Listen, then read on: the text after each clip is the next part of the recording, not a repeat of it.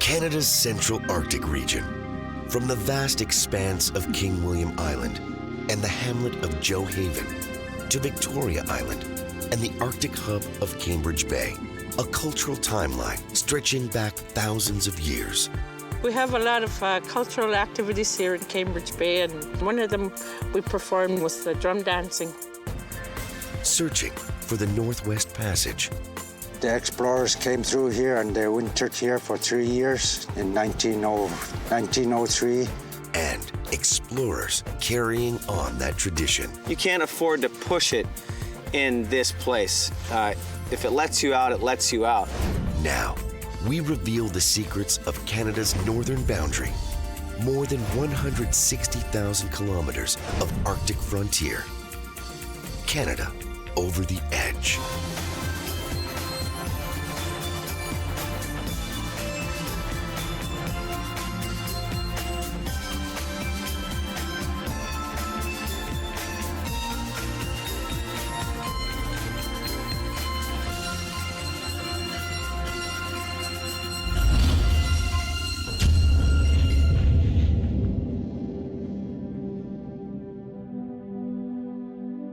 High above Canada's central Arctic region, the waters of Wellington Strait lead to Cape Norton and one of Canada's most remote inhabited islands. King William Island is located just north of the North American mainland, part of the Arctic archipelago. It is a vast open frontier, measuring more than 13,000 square kilometers.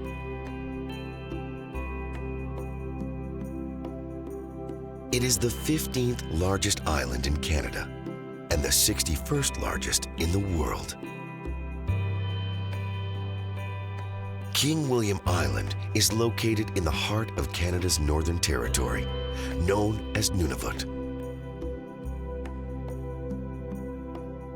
It is also part of Nunavut's Kitikmeot region, a massive expanse measuring more than 450,000 square kilometers. Most of the region is uninhabited, home to less than 5,000 people, spread across remote communities like Talawiak, Kugluktuk, and Cambridge Bay. They are only accessible by sea or air.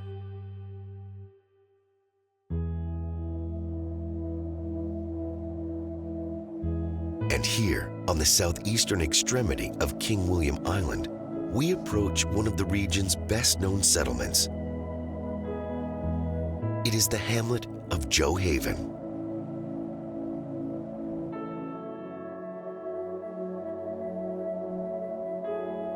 Gjoa Haven is located just north of the 68th parallel, 1 degree above the Arctic Circle.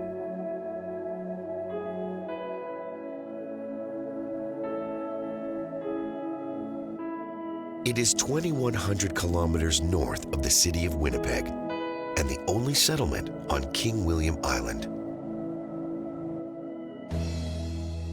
For much of the year, Gjoa Haven is covered in snow.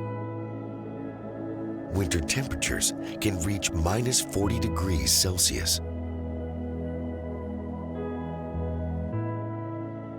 Sea ice surrounds the hamlet for 9 months of the year.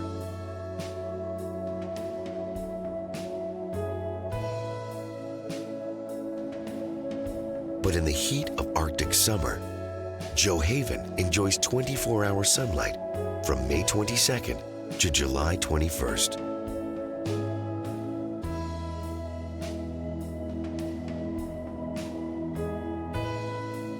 And the rare warmth reveals one of Nunavut's most unique landscapes. Arctic desert stretches for kilometers with vast expanses of sand covering the limestone bedrock below.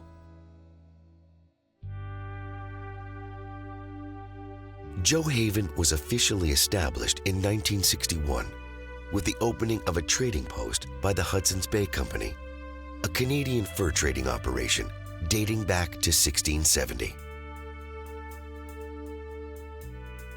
Today, it is home to roughly 1,100 people.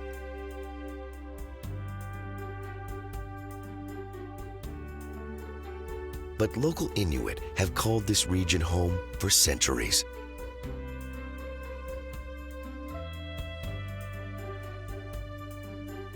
They are known as the Netsilingmut peoples, translated, people of the place where there is sea.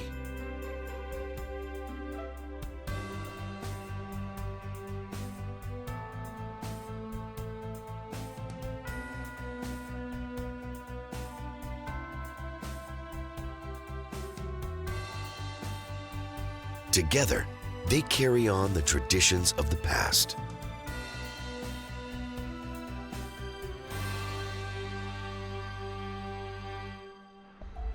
My name is Katja Kirchner, and this is my friend Janet Aglukar, and we're both throat singers from Gjoa Haven, Nunavut.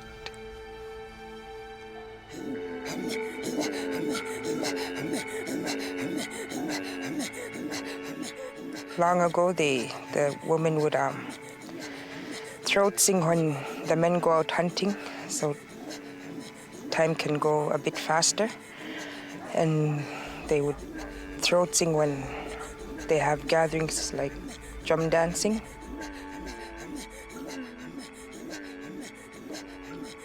Throat singing is considered one of the world's oldest forms of music. It is a vocal technique used by cultures around the world, and one that Janet Aglukuk remembers fondly growing up in Gjoa Haven. I learned how to throat sing when I was maybe 11, 12.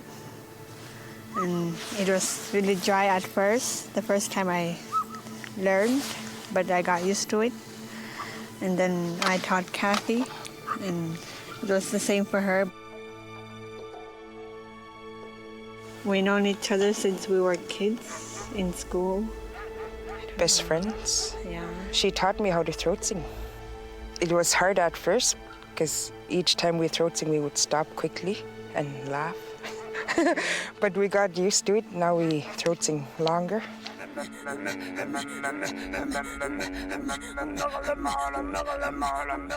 The unique sound is nearly impossible to explain. New listeners say it is a combination of chanting, singing, and growling, with body movement keeping the rhythm. The way we start off throat sing is we turn towards each other and we hold each other on like the elbow or the upper arm. And it's to move, so we, how do you say it? It's hard to throat sing when we're just standing there and not moving, and it's much easier when we do this When and we like move. hold each other. Yeah. Yeah. It's like a rhythm.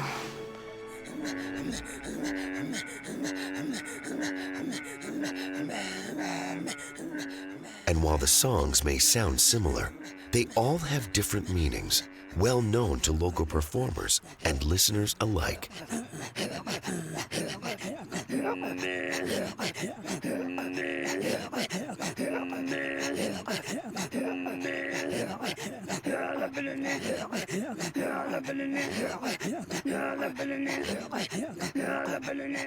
Today, throat singing thrives in Gjoa Haven. And after more than 2 decades, it continues to be a source of inspiration for best friends Kathy Cooknook and Janet Aglukuk.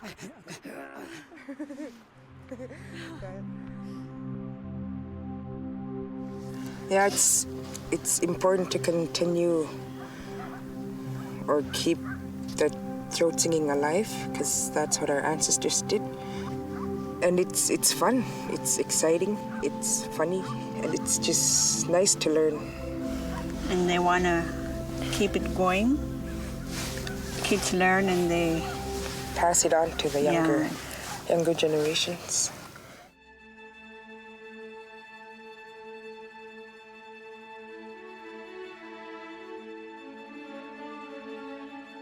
The hamlet of Gjoa Haven boasts one of the Arctic's most unique cultural landscapes. And while the Inuit timeline stretches back centuries, Gjoa may be best known for its connection to early European explorers. For more than a century, Gjoa has been a hub for adventurers seeking a maritime route through the Arctic Ocean, linking east and west.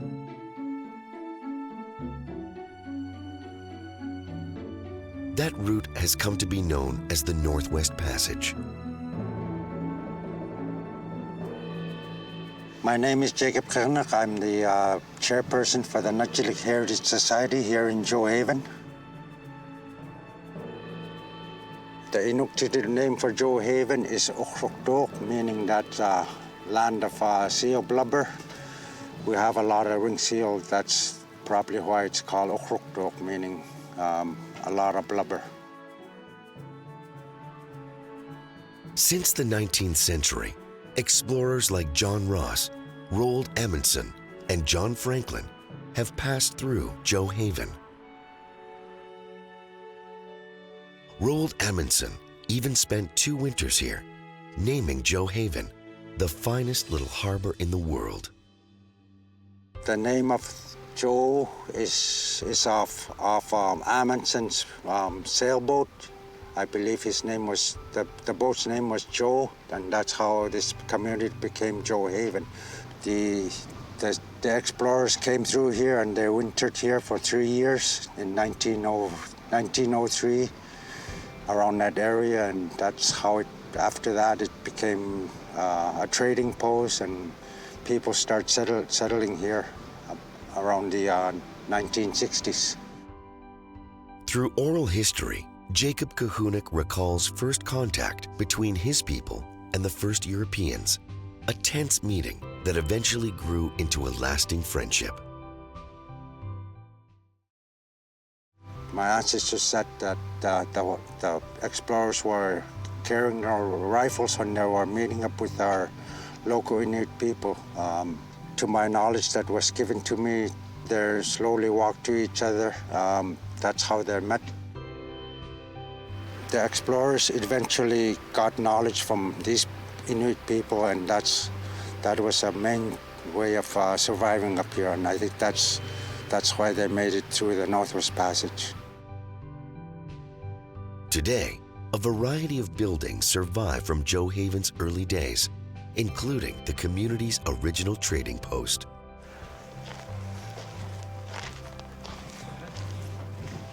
This building here in my background is one of the oldest buildings that we have here in Gjoa. It was once a trading post without heat. Trappers would trade Arctic fox, polar bear, ring seal, wolverine. But back then, the main trading was the Arctic white fox, and a lot of it happened here in the back in the building here. It was once owned by Hudson Bay Company. Now it's owned by Northern Store. But the best view is found on a hill overlooking town, an homage to this unique port. We're at the end of the harbor, and this is one of the most important places. It's more like a historic place. We have a Peterhead boat behind me, which was owned by the missionary, Roman Catholic. It did a lot of traveling, picking up people, moving people, moving a lot of supplies to other communities as well.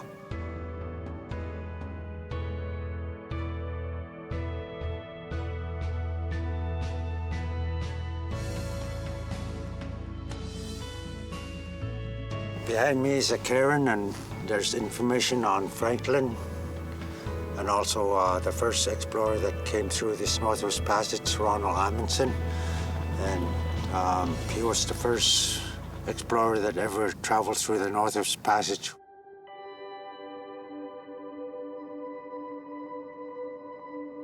For Jacob Gjoa, stories of adventure and exploration are a unique aspect of this region, but just a small part of why he calls Gjoa home. I moved here in 1965 with my parents, and ever since I've been living here. I had my school here. I do my hunting, I do my I worked here before, and as of today, it's huge. When I first moved here, there were probably around 50 people. Now it's a population of 1,300.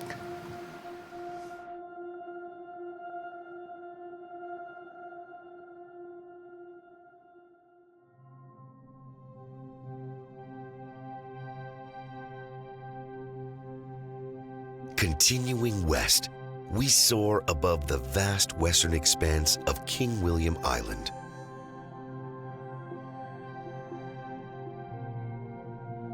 Here, limestone, gravel, and sand line the horizon.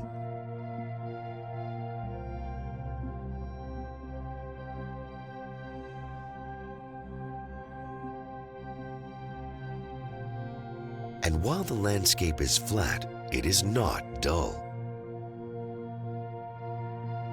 Ethereal colors stretch as far as the eye can see.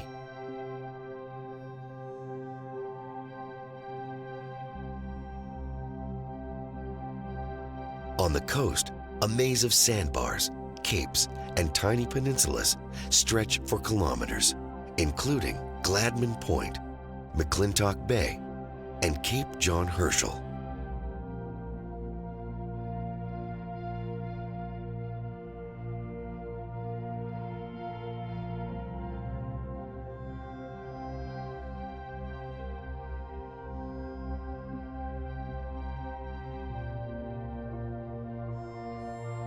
And on the ground, we see one of King William Island's most unique features.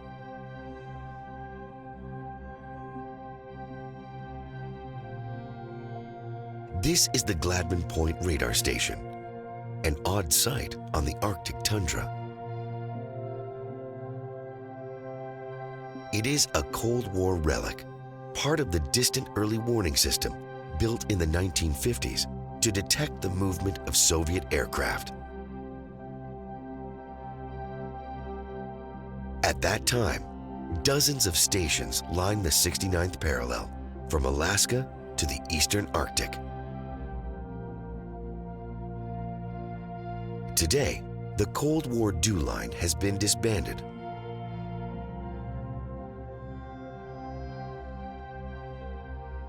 Gladman Point and 46 other radar stations from the DEW line era are part of a new surveillance system, a joint Canadian-US operation known as the Northern Warning System.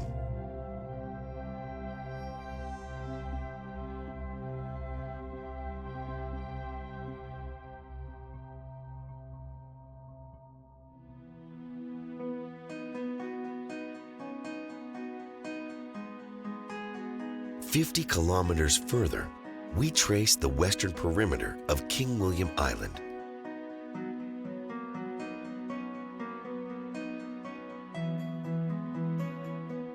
And beyond Hornby Island, we reach the open waters of Alexandria Strait.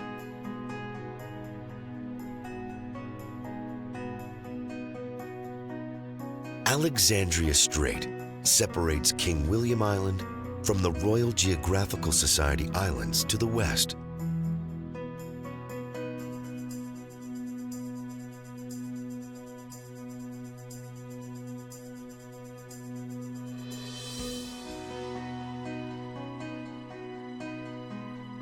These barren islands were named by explorer Roald Amundsen more than a century ago.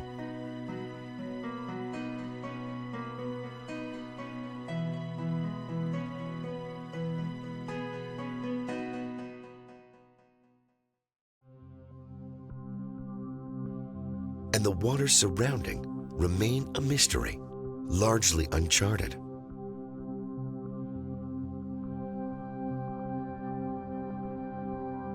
But they are home to an abundance of wildlife, including the awe-inspiring beluga whale.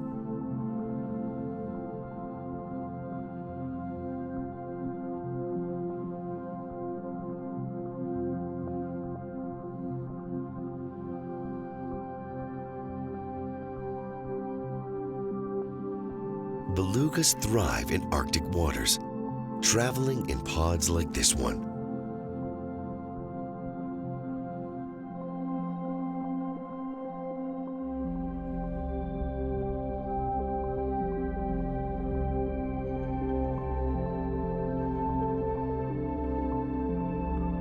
measure 4 to 6 meters in length, weighing more than 1,000 kilograms.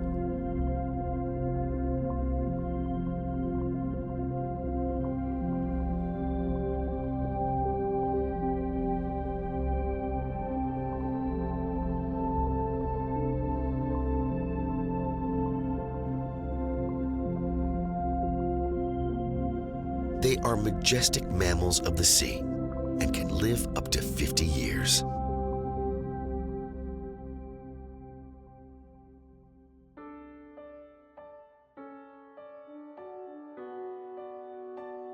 West of Alexandria Strait and the Royal Geographical Society Islands, we approach the waters of Victoria Strait and the heart of the Northwest Passage.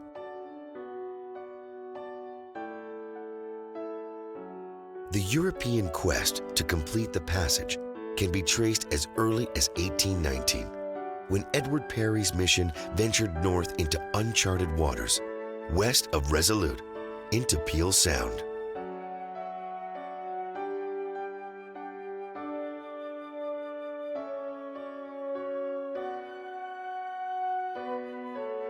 Other missions followed, many with tragic results.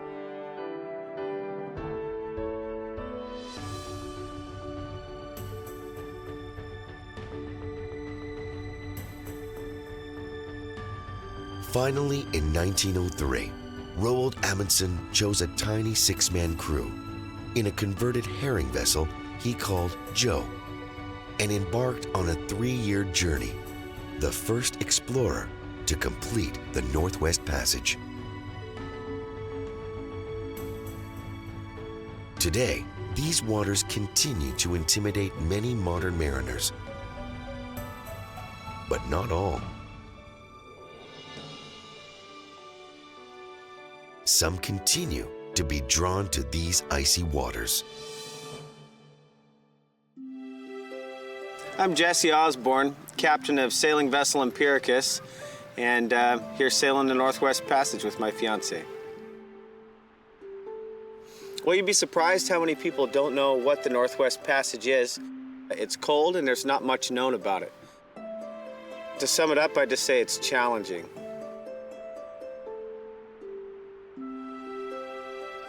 Osborne is in the thick of a multi-year expedition to make it through the Northwest Passage, from Alaska to Greenland. I started this journey in 2012, but I didn't get very far that year and I ran out of money. So I went from Seward, Alaska to Kodiak Island in 2012, and then after working for a year, began the major leg of the trip, which was last year, from Kodiak Island, out around the Aleutian Chain, then up over the top of Alaska, over Point Barrow, and then ended up in Cambridge Bay last year, and that's where we stopped the vessel in 2013. This year, Osborne and fiancée Samantha Merritt have encountered tough weather from Cambridge Bay to Gjoa Haven. Today, they continue to wait on board their prize vessel for ice in the passage to clear. This is where I've done, well, all my sailing. This is the boat that I learned how to sail on. Empiricus is a 50-foot gaff-rigged yawl, and it was built by taking a 1943 Navy Liberty launch, a Navy lifeboat, and laying a 1-inch fiberglass hull all the way around it. So the old wooden boat was used as the shape of the hull, but then it was left inside as a building platform. So it's about 3 inches thick everywhere. And all the way up at the bow, it's 18 inches thick of stainless steel, fiberglass, and cypress. So this is a tough, tough boat. It's got a 9-foot beam. It's about 42 feet on deck. And right now, she tips the scales about 38,000 pounds. So heavy, heavy boat.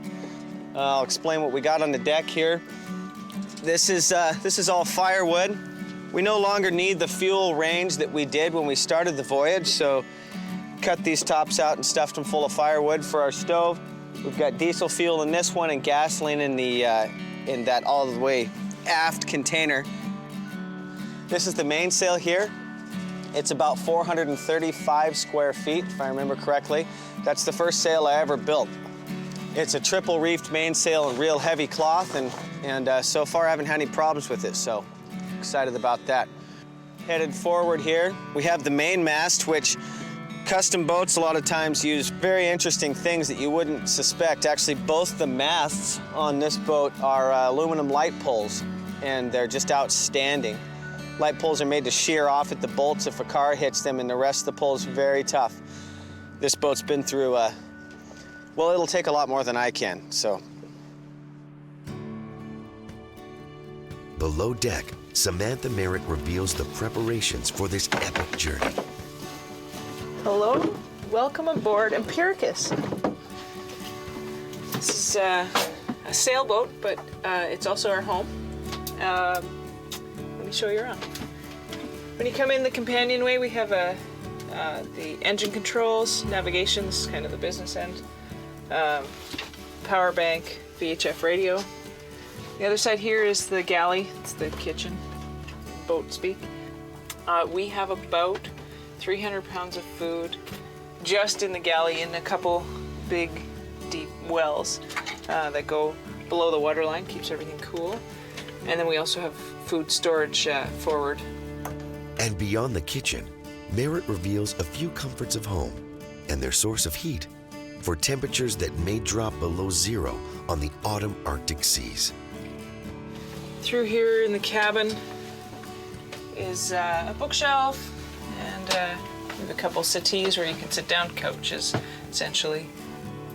My favorite item in the boat is the wood stove.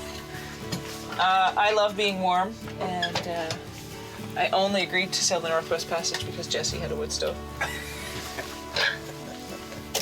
Moving forward towards the front of the boat, this is the mast. Goes right down into the keel. And the stateroom, which is what they call bedrooms on boats. Yeah. Our bunk is here. There's a bunk. Ordinarily somebody could sleep here, but we have a lot of winter gear stowed, ready to go. It is tight, compact quarters. And in the heart of their living area, Merritt reveals one of the most crucial aspects of the operation. This is probably the most important place on the boat. It's our nav table. We started this year's voyage in Cambridge Bay. We're now on the south part of King William Island. And today we're going to leave and head north and east into St. Roch Basin, and then along the James Ross Strait on the west shore of the Boothia Peninsula. Then we're going to cross the Baffin Bay and go over to Greenland. Makes it sound really easy, but it's probably going to take about 2 weeks. Osborne and Merritt have invested years of their lives in this journey. But after 2 winters, months of physical labor, and countless expenses, they remain optimistic. We have, the ice is starting to open up north of here between us and Bellot Strait. And it's a mixture of trying to get to Bellot Strait as early as possible without running into too much ice and putting ourselves in a pinch situation. The reason for that is we want to cross Baffin Bay and get to Greenland before September really starts rolling on. So that's our goal. There's not a lot on this planet that hasn't been done, and there are very few things that have been done very little. And this voyage for me raised the bar to a level that forced me to get better at what I love doing. I studied Roald Amundsen simply because he was the one that made it, and so many didn't. And so many books were written about people who didn't make it through the Northwest Passage, but they had this great, awful story to tell. So although Amundsen came through here like 110 years ago, everything that he did, all the tactics he used were very, very valid, and they worked for a reason. That's one of the reasons we didn't get in a hurry last year and we decided to stop in Cambridge Bay, because you can't afford to push it in this place.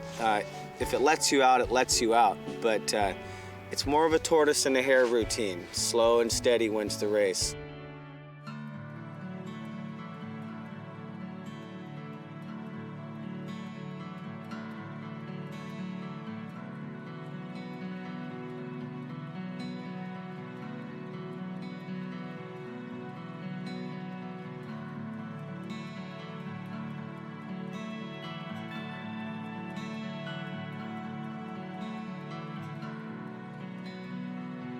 West of Victoria Strait and the waters of the Northwest Passage, Victoria Island is a welcome sight.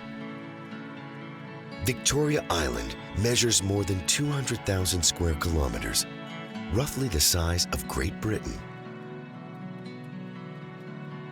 But while Great Britain has a population of 64 million people, Victoria Island is home to less than 2,000.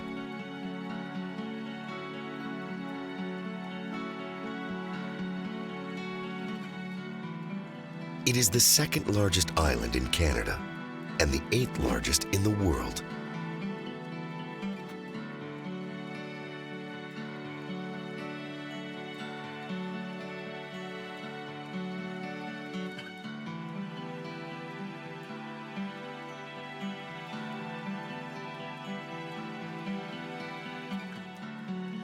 Like King William Island to the east, Victoria Island is dotted by tiny lakes and rivers.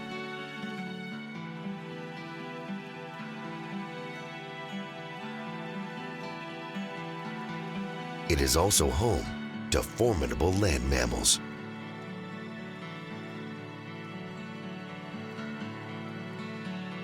Muskox, known to Inuit as the Umingmak, are a breathtaking sight here.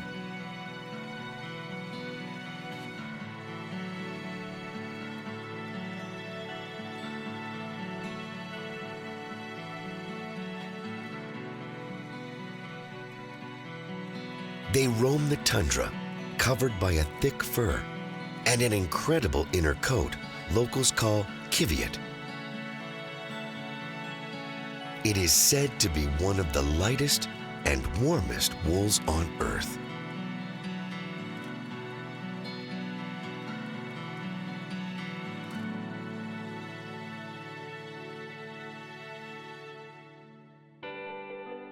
On the ground, dozens of tiny plant species have evolved to endure harsh winters here.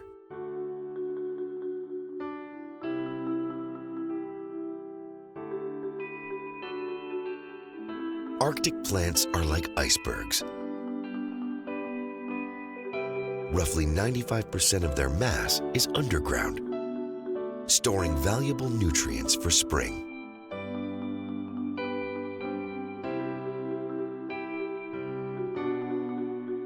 And amazingly, some Arctic seeds can remain preserved even when frozen for 10,000 years.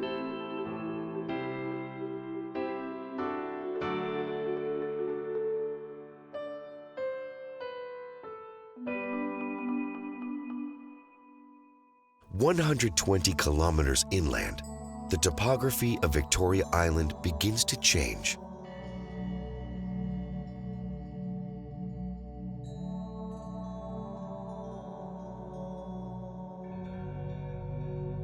Vast expanses of tundra are replaced by soaring hills as we approach Mount Pelly.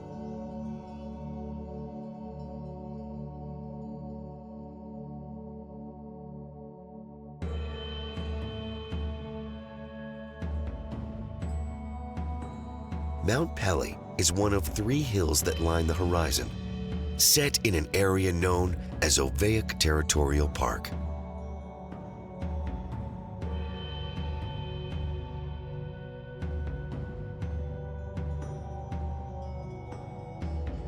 These hills represent one of the great cultural legends of the region.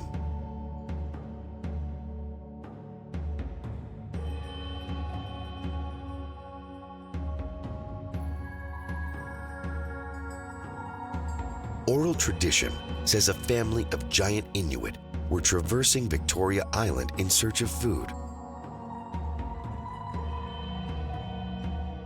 After weeks of starvation, the mother giant collapsed and died, creating one hill.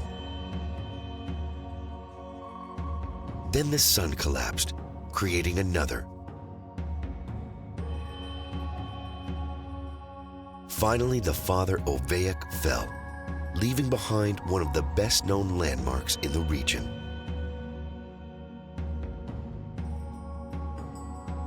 Stories like these are key to the cultural fabric of Victoria Island and the nearby community of Cambridge Bay.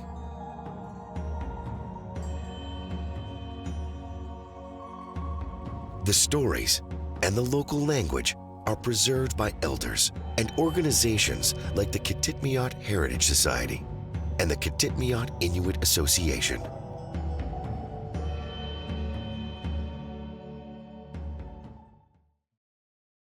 My name is Pamela Gross, and I'm the program manager at the Kitikmeot Heritage Society in Cambridge Bay, Nunavut.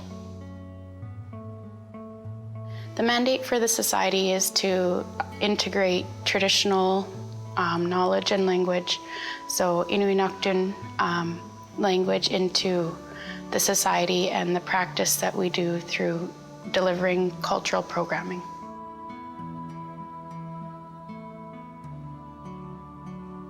We currently have 5 elders in residence at the Kitikmeot Heritage Society, and so for 8 months of the year, they come in part-time to work with us.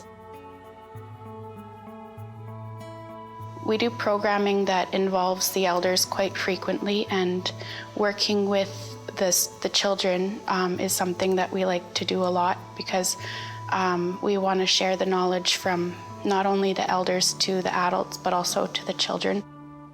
So we do sewing during the day, and we also have cultural programming in the summers as well. Across town, Julia Owina is active in preserving another form of Inuit culture, traditional drum dance.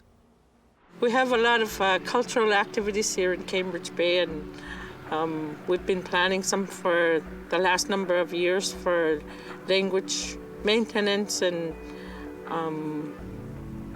revitalization. And one of them we performed is the drum dancing, where it's passed on through not only generations, but it's traveled across from the far west as far as Russia, as far as Alaska, through to the Delta, and to Ulukhakto, NWT's most northeast community, to here in Cambridge in Nunavut.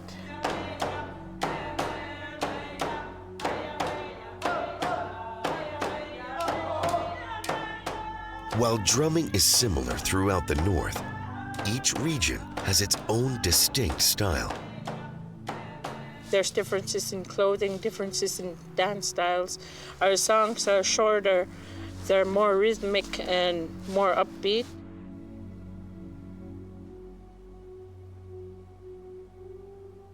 The first set of dances the girls will be dancing to will be Okumaksiut.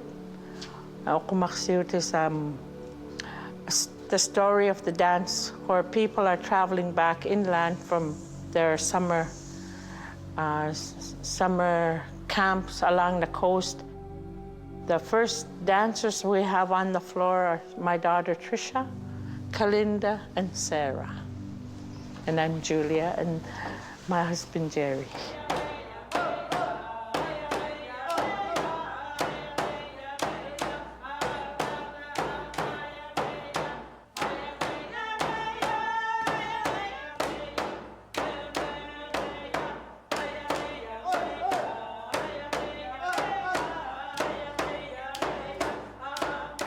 Julia Owina says her association has seen positive results by promoting drum dancing. She believes activities like this are important for the growth of the community. It tells people who we are and where we come from.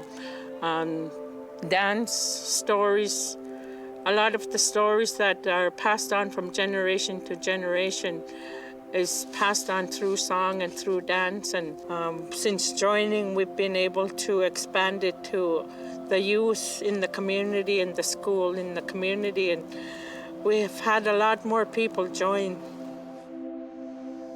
I think this is special because Inuit are a people that lived on the land solely from the land. My grandmother's generation lived on the land, and she moved into the community when she was a young adult, and she's a unilingual speaker. And for me, I can't speak to my grandmother. I need a translator, and we need to do more to help people that are not fluent in the language pass on what they know to us so that we don't lose who we are through our language.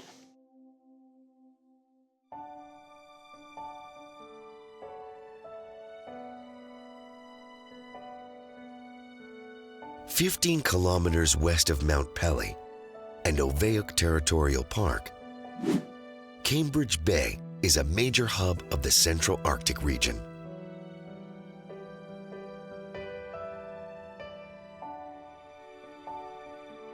It is home to more than 1,400 people, the largest stop for tourists and research vessels traveling through the region.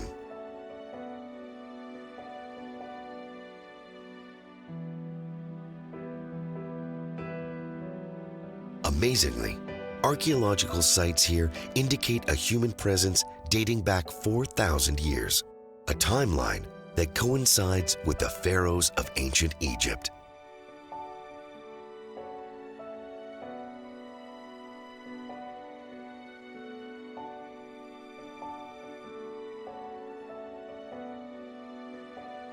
And like Gjoa Haven to the east, Cambridge Bay holds a strong connection to the early explorers of the Northwest Passage.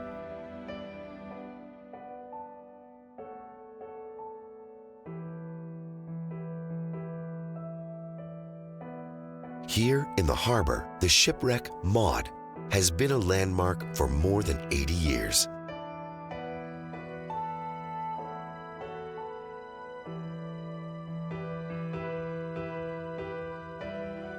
Named for the Queen of Norway, the ship once belonged to Northwest Passage pioneer Roald Amundsen, before being sold to the Hudson's Bay Company.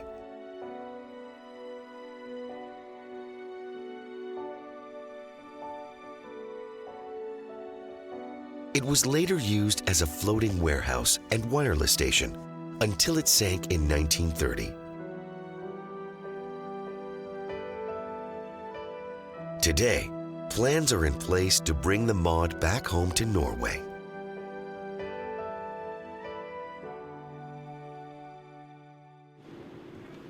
And just meters away, on Cambridge Bay's lone pier, a unique vessel makes its summer home. The Martin Bergman is a research vessel dedicated to scientific, cultural, and archaeological study. It is named after one of Canada's most renowned Arctic scientists, killed in a 2011 plane crash, 700 kilometers to the northeast. My name is Adrian Shimnowski. I'm the operations director for Arctic Research Foundation, and we are standing here in Cambridge Bay, Nunavut. The Martin Bergman is a converted vessel. It was a trawling vessel from Newfoundland. Martin Bergman was one of the founders for this idea, along with Jim Bosley and Tim MacDonald. And through their conversation, they decided that it would be a good thing to bring a small research vessel to the Arctic. The reason why the vessel stays here in Cambridge Bay is that the season is short, and Cambridge Bay is a perfect location to have a vessel, and when the ice clears, we are able to start science work immediately. If we are on the west or east coast and having to transit back and forth, we would never really get that full opportunity. This summer, the Martin Bergman will take part in multiple studies, gathering water samples, tracking Arctic char, even collecting soapstone for local artists. So this is our galley and mess. So it's quite a small space, but we have everything that a typical kitchen would have. We have 12 people on board. We work 24 hours. So usually when it's time to dinner, we'll have 6 eating at a time, switching up.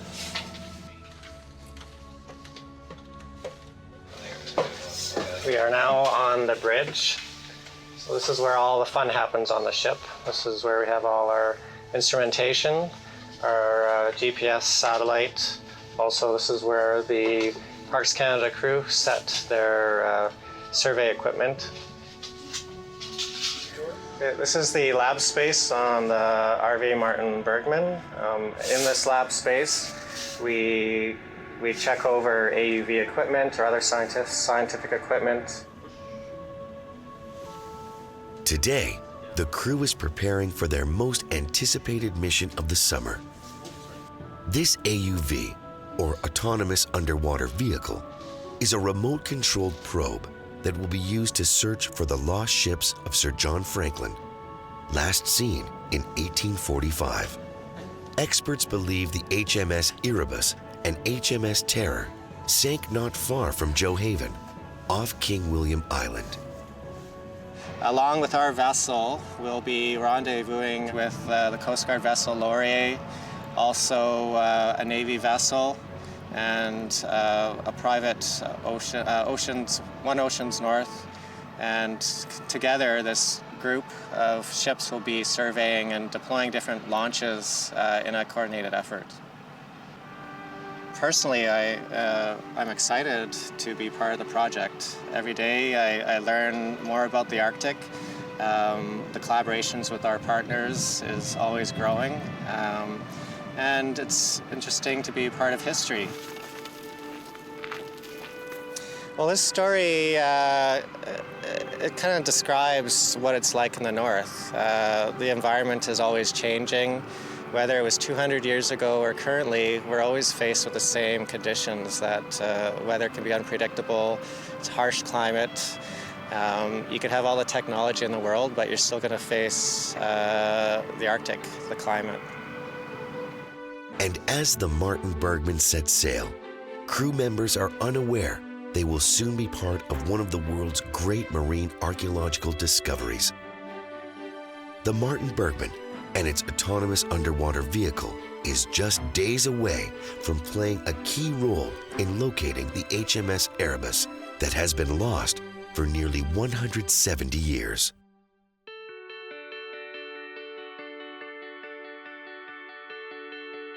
From the waters of Wellington Strait and the rugged contours of King William Island to the jagged icy currents of Victoria Strait,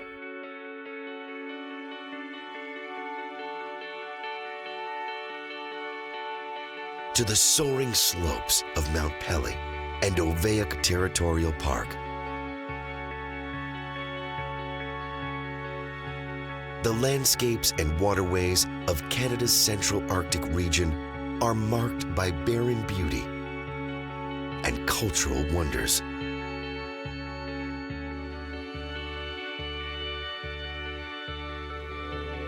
It is a mix of centuries-old traditions,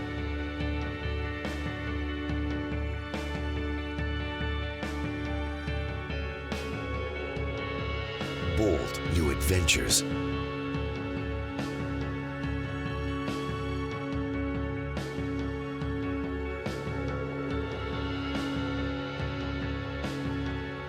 and awe-inspiring wildlife.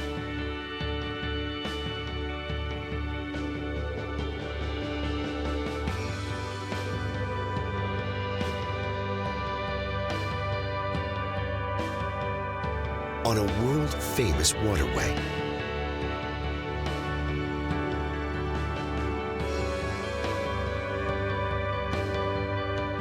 a Northwest Passage,